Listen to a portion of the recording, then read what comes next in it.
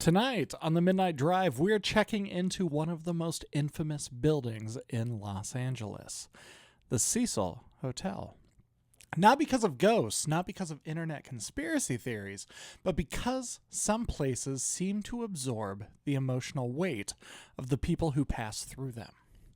For decades, the Cecil became a crossroads for dreamers, transients, addiction, loneliness, desperation, and collapse, sitting only blocks away from the fantasy machine of Hollywood itself.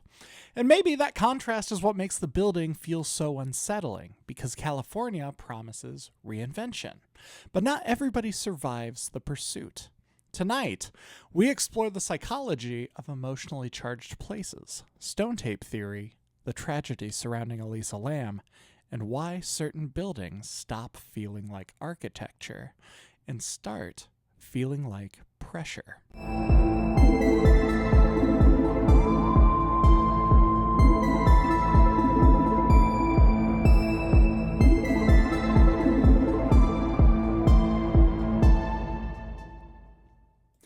The Cecil Hotel opened in 1927, and at first, it probably felt elegant, hopeful, ambitious. Downtown Los Angeles was expanding rapidly during that era, and the Cecil was built to attract travelers, businessmen, tourists, and people chasing opportunities in California, which makes the building's later reputation feel strangely fitting in a tragic sort of way. Because the Cecil eventually became tied to the exact same thing California has always sold: reinvention. People arrived in Los Angeles believing they could become somebody else. A new career, a new identity, a new beginning. And for some people, that transformation actually happened. But for many others, the dream collapsed faster than they expected.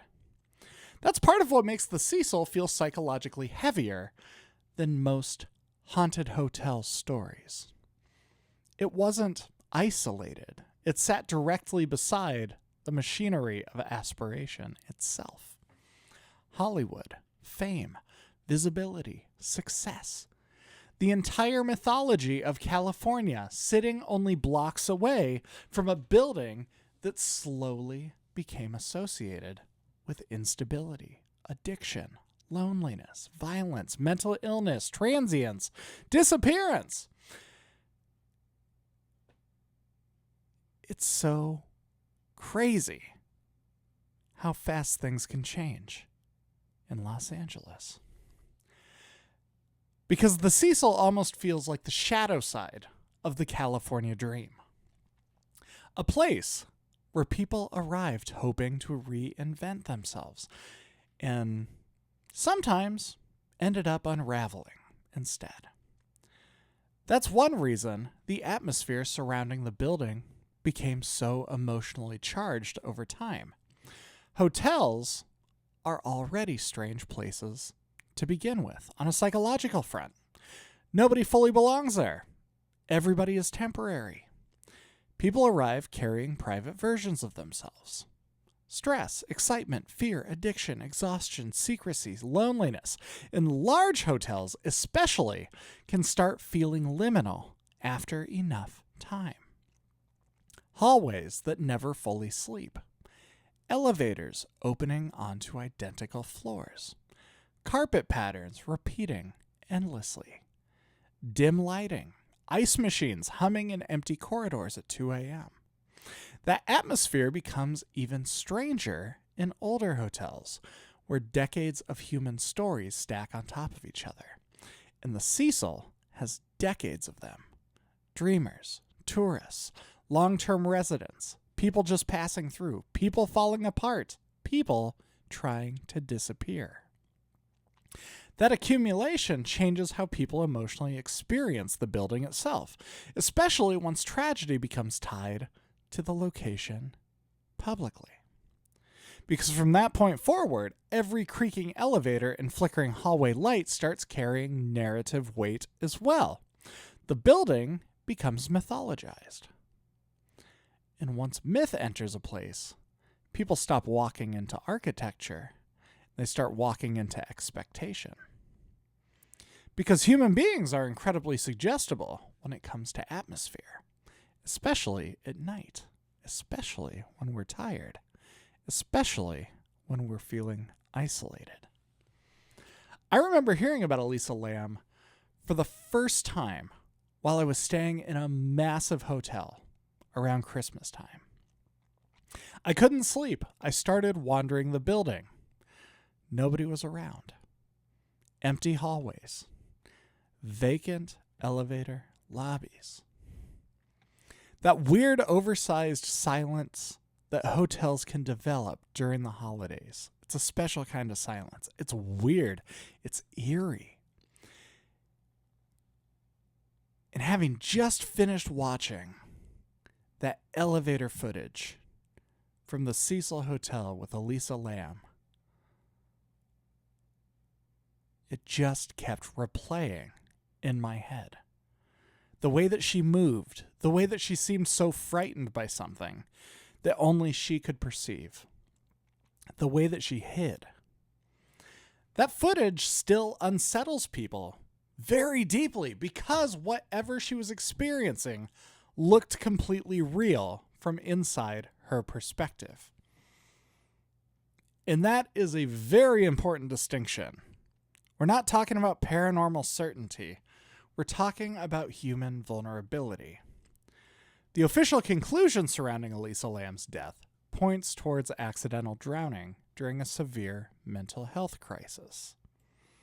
And in some ways, that explanation feels way more unsettling than internet conspiracy theories, because it forces people to confront how fragile perception itself can become during psychological distress. Reality can fracture. Fear can become immersive. Hallucinations can feel completely convincing. And suddenly, an ordinary environment starts transforming into something terrifying from inside the mind of the person experiencing it. That's part of why the elevator footage became so culturally haunting. People weren't simply reacting to mystery.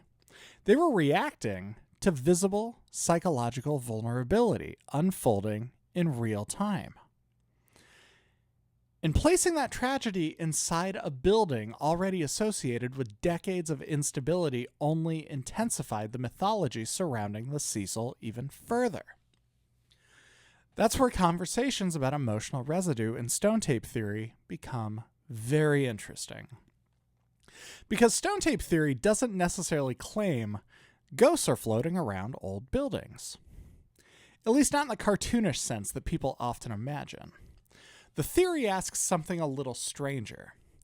What if emotionally intense events leave impressions behind somehow?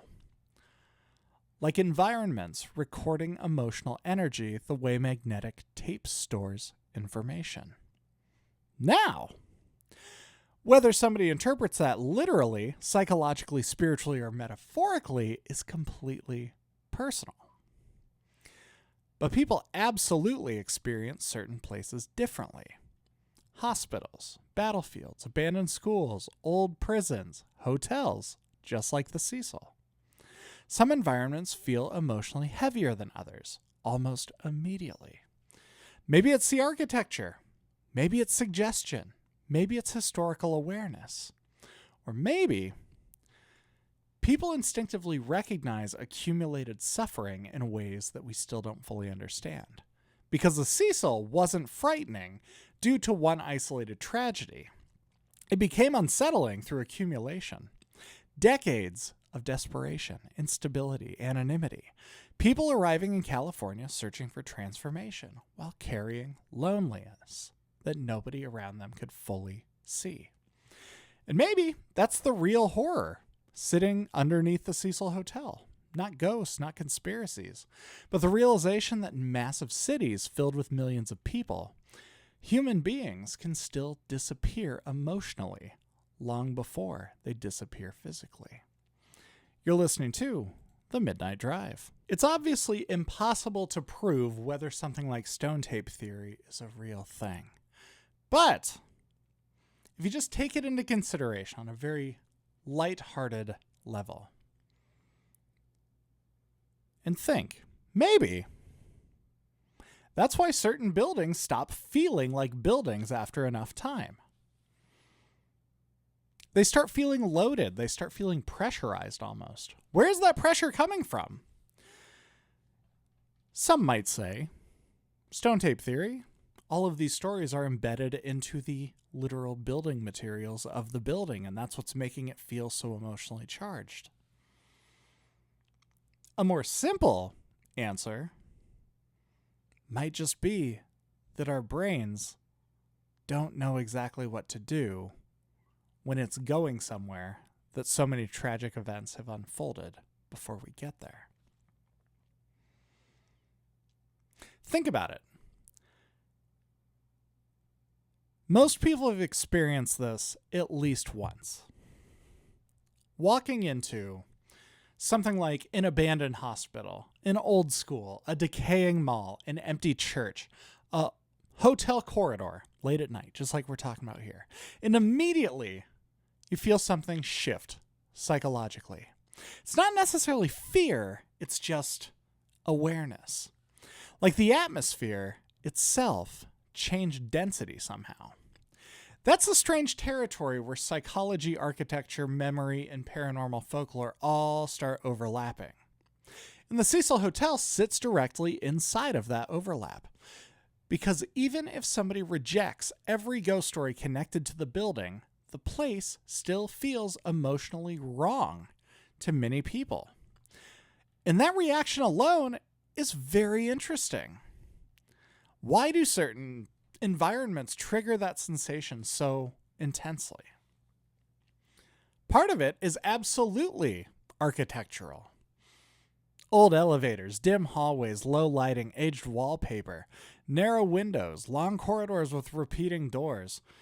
Maybe it just hasn't been kept up and it's kind of in shabby condition.